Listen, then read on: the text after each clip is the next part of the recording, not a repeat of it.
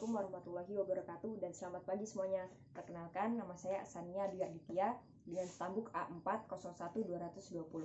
Oke, jadi pada video kali ini saya akan membahas tentang konsep pendidikan Pancasila. Oke, jadi pembahasannya itu yang pertama adalah konsep Pancasila, fungsi pokok Pancasila, dan tujuan Pancasila. Oke, langsung saja yang pertama kita akan membahas tentang konsep Pancasila.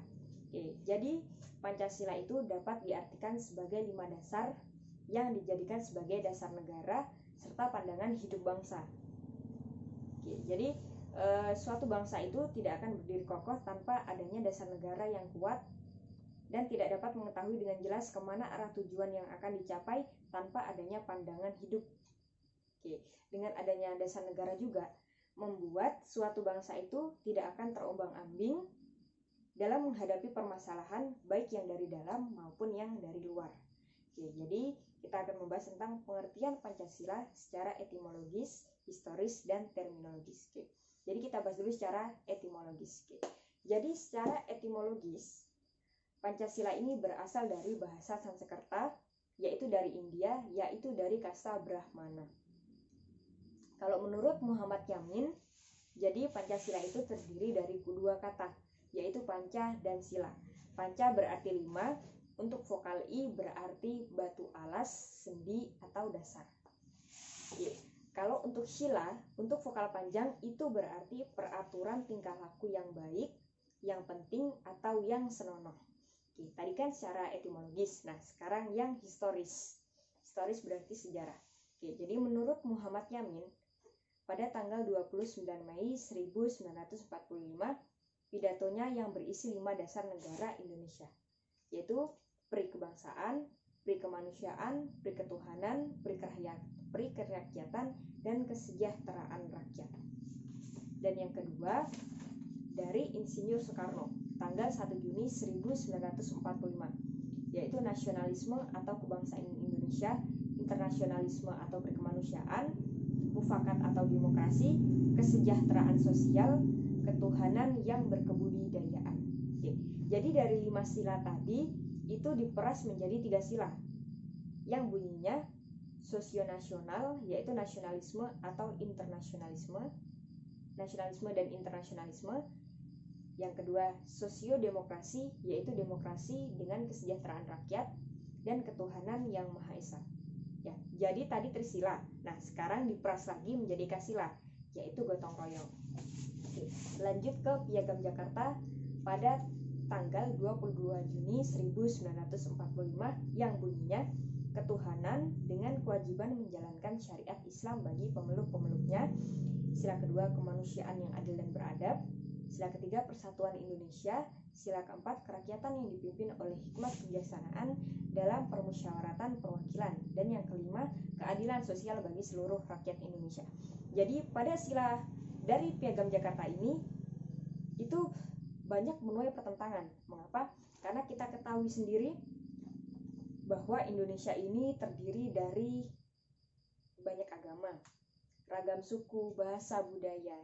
Jadi untuk ketuhanan dengan kewajiban menjalankan syariat Islam bagi pemeluk-pemeluknya ini diganti. Oke, jadi kita lanjut. Tadi kan kita sudah bahas tentang etimologis, historis, dan selanjutnya kita membahas tentang secara terminologis, Pancasila secara terminologis. Oke.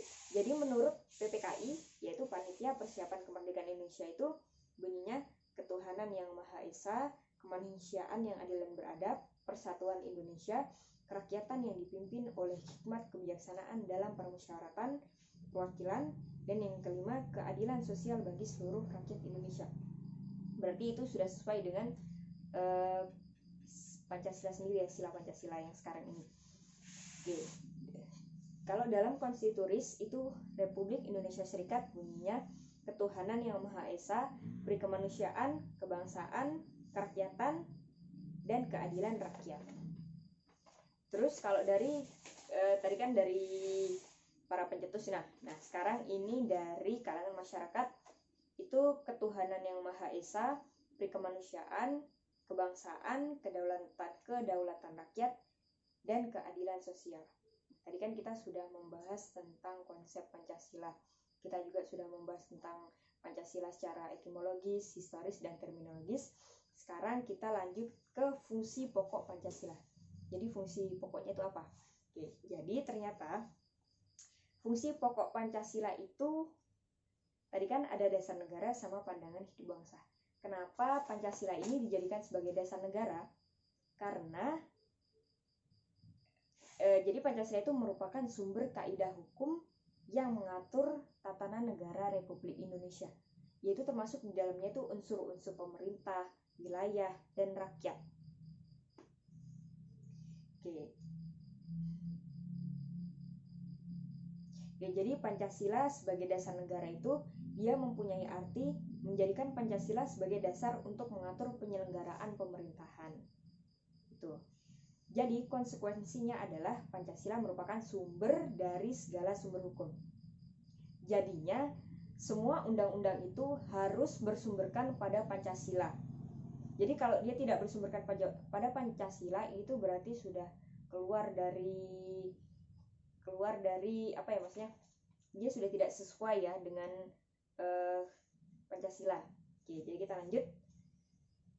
Jadi Pancasila sebagai dasar negara Republik Indonesia ini dia mempunyai implikasi bahwa Pancasila itu terikat oleh suatu kekuatan secara hukum, terikat oleh struktur kekuasaan secara formal, dan meliputi suasana kebatinan atau cita-cita hukum yang menguasai dasar negara. Oke, sekarang kita masuk ke fungsi pokok Pancasila. Yang pertama sebagai pandangan hidup bangsa. Mengapa sebagai pandangan hidup bangsa? Nah, jadi bagi bangsa Indonesia, sikap hidup yang diyakini kebenarannya tersebut bernama Pancasila. Oke, jadi nilai-nilai yang terkandung di dalam sila-sila Pancasila tersebut berasal dari budaya masyarakat bangsa kita sendiri. Oleh karena itu, Pancasila sebagai inti dari nilai-nilai budaya Indonesia. Maka Pancasila dapat disebut sebagai cita-cita moral bangsa Indonesia. Cita-cita moral inilah yang kemudian memberikan pedoman, pegangan, atau kekuatan rohaniah kepada bangsa Indonesia di dalam hidup bermasyarakat, berbangsa, dan bernegara. Itulah tadi mengapa fungsinya sebagai pandangan hidup bangsa Indonesia. Oke, jadi yang kedua sebagai jiwa bangsa Indonesia. Apa itu? Oke, jadi menurut Voin-Sargny bahwa setiap bangsa itu punya jiwanya masing-masing yang disebut Volksgeist, artinya jiwa rakyat atau jiwa bangsa. Jadi Pancasila sebagai jiwa bangsa Indonesia lahir bersamaan dengan adanya bangsa Indonesia sendiri, yaitu sejak zaman dahulu kala. Oke, jadi menurut Profesor Magister AG Pringodikdo bahwa Pancasila itu sendiri telah ada sejak adanya bangsa Indonesia sendiri. Karena Pancasila memberikan corak yang khas kepada Indonesia dan tidak dapat dipisahkan dari bangsa Indonesia, serta merupakan ciri khas yang dapat membedakan bangsa Indonesia dengan bangsa lain. Itu sebagai alasan fungsinya sebagai jiwa bangsa Indonesia. Dan yang ketiga, Pancasila sebagai kepribadian bangsa Indonesia. Jadi nggak jauh beda. Jadi artinya Pancasila lahir bersamaan dengan lahirnya bangsa Indonesia dan merupakan ciri khas bangsa Indonesia dalam sikap mental maupun tingkah lakunya, sehingga dapat membedakan bangsa kita dengan bangsa lain. Ya, itu jelas beda ya, kita ketahui bersama.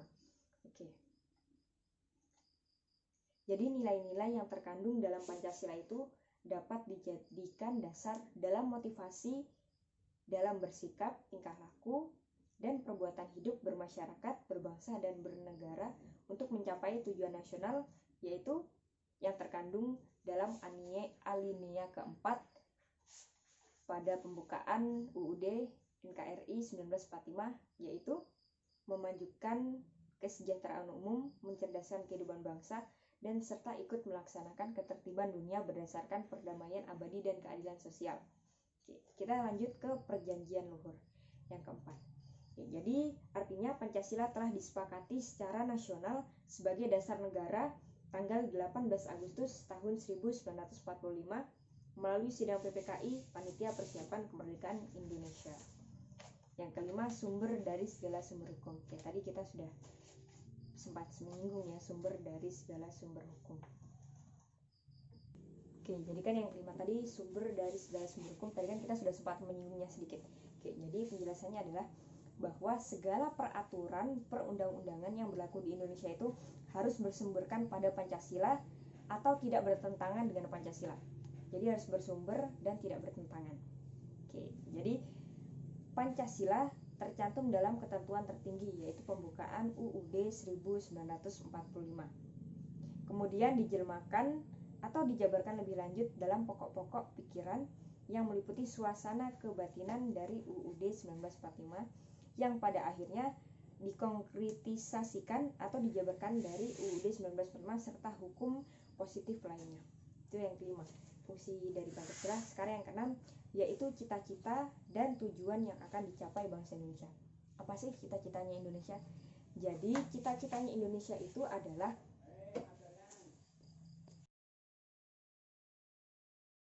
kita lanjut ke yang keenam ya. Jadi cita-cita dan tujuan yang akan dicapai oleh bangsa Indonesia. Apa sih cita-cita bangsa Indonesia?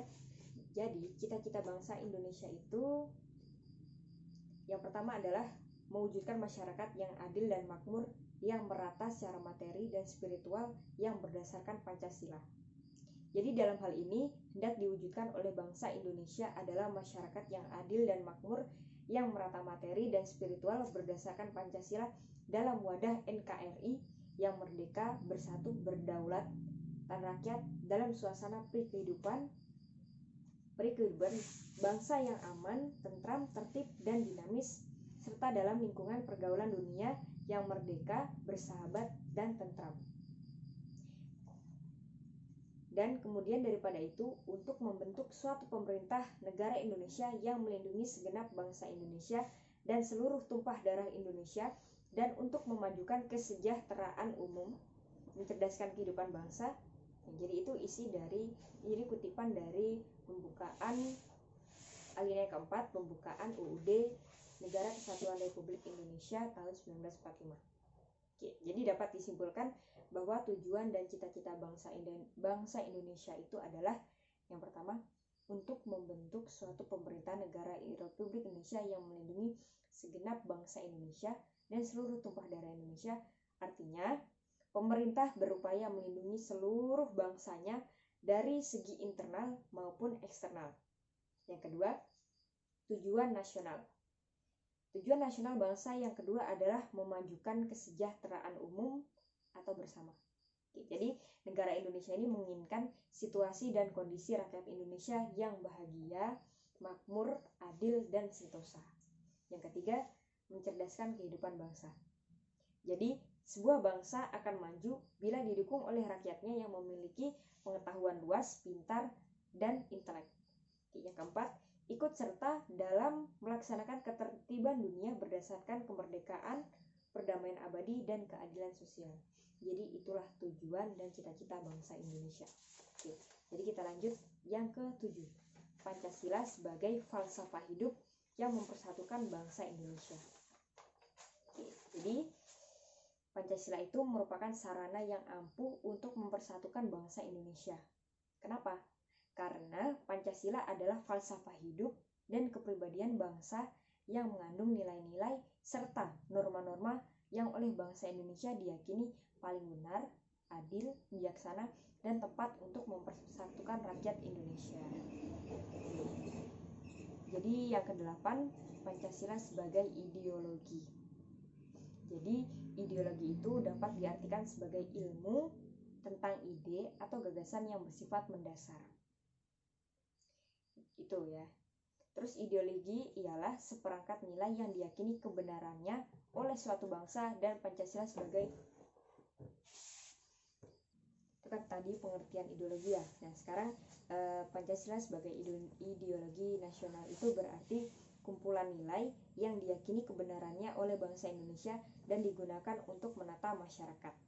Oke, jadi sebagai ideologi bangsa Indonesia, yaitu Pancasila sebagai ikatan budaya atau kultur bond yang berkembang secara alami dalam kehidupan masyarakat Indonesia, bukan secara paksaan atau itu, jadi bukan secara paksaan ya.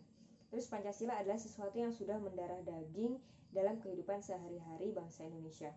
Jadi sebuah ideologi itu dapat bertahan atau pudar dalam menghadapi perubahan masyarakat tergantung daya tahan ideologi itu. Oke, jadi fungsi Pancasila sebagai ideologi negara itu ada 4. Jadi yang pertama, memperkokoh persatuan bangsa karena bangsa Indonesia adalah bangsa yang majemuk. Yang kedua, mengarahkan bangsa Indonesia menuju tujuannya dan menggerakkan serta membimbing bangsa Indonesia dalam melaksanakan pembangunan.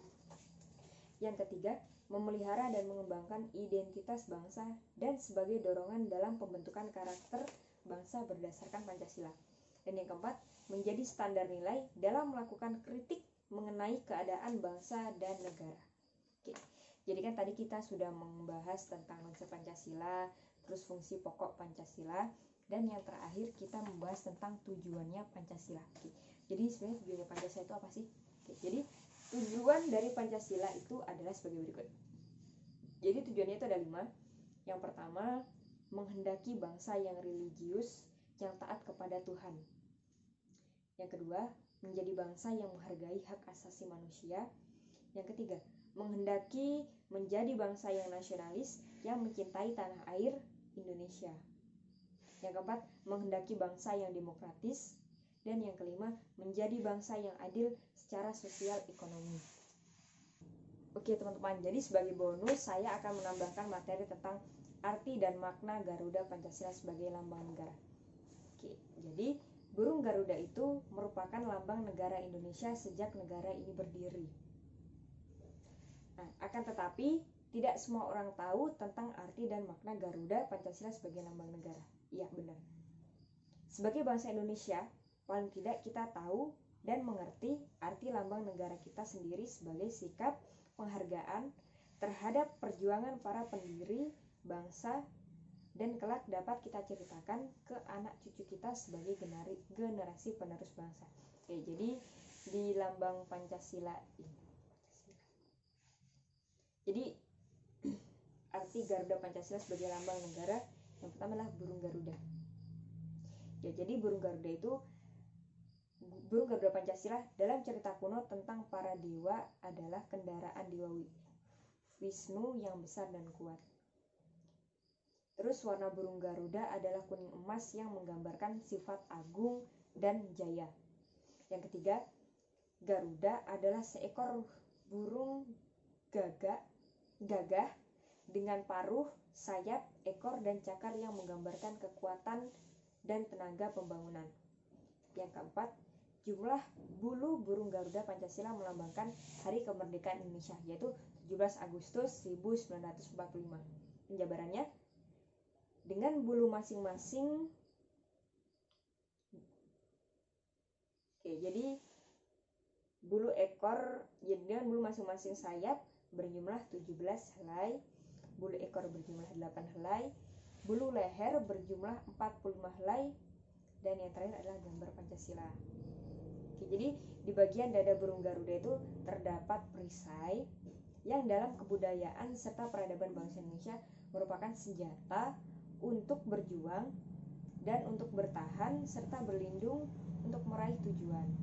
Oke, jadi perisai Garuda bergambar 5 simbol yang memiliki arti masing-masing. Yang pertama itu gambar bintang. Jadi sila pertama Pancasila yaitu melambangkan ketuhanan yang Maha Esa. Yang kedua rantai baja, yaitu pada sila kedua melambangkan kemanusiaan yang adil dan beradab. Yang ketiga pohon beringin, yaitu sila ketiga melambangkan persatuan Indonesia. Yang keempat kepala banteng, sila keempat, yaitu melambangkan kerakyatan yang dipimpin oleh hikmat kebijaksanaan dalam permusyawaratan perwakilan. Dan yang kelima itu gambar padi dan kapas, yaitu pada sila kelima, yaitu melambangkan keadilan sosial bagi seluruh rakyat Indonesia. Terus garis hitam tebal di tengah perisai itu melambangkan garis khatulistiwa yang melukiskan lokasi Indonesia berada di garis khatulistiwa. Terus warna dasar perisai itu adalah merah putih seperti warna bendera kita. Itu bendera Indonesia, itu merah putih. Jadi itulah arti dan makna Garuda Pancasila sebagai lambang negara Indonesia. Jadi sebagai generasi penerus yang baik, kita harus tetap memperjuangkan kemerdekaan dengan mengisi kemerdekaan Indonesia dan memperjuangkan cita-cita luhur pendiri bangsa. Oke. Jadi kita tarik kesimpulan ya teman-teman. Jadi sebelum saya tutup, saya akan tarik kesimpulan dari materi yang saya jelaskan tadi, yaitu konsep pendidikan Pancasila. Yang pertama adalah sub konsep Pancasila. Jadi Pancasila itu kan diartikan sebagai 5 dasar yang dijadikan dasar negara serta pandangan hidup bangsa, dan pengertian Pancasila secara etimologis, historis, dan terminologis. Yang kedua, fungsi pokok Pancasila. Jadi fungsi pokok Pancasila itu ada 8.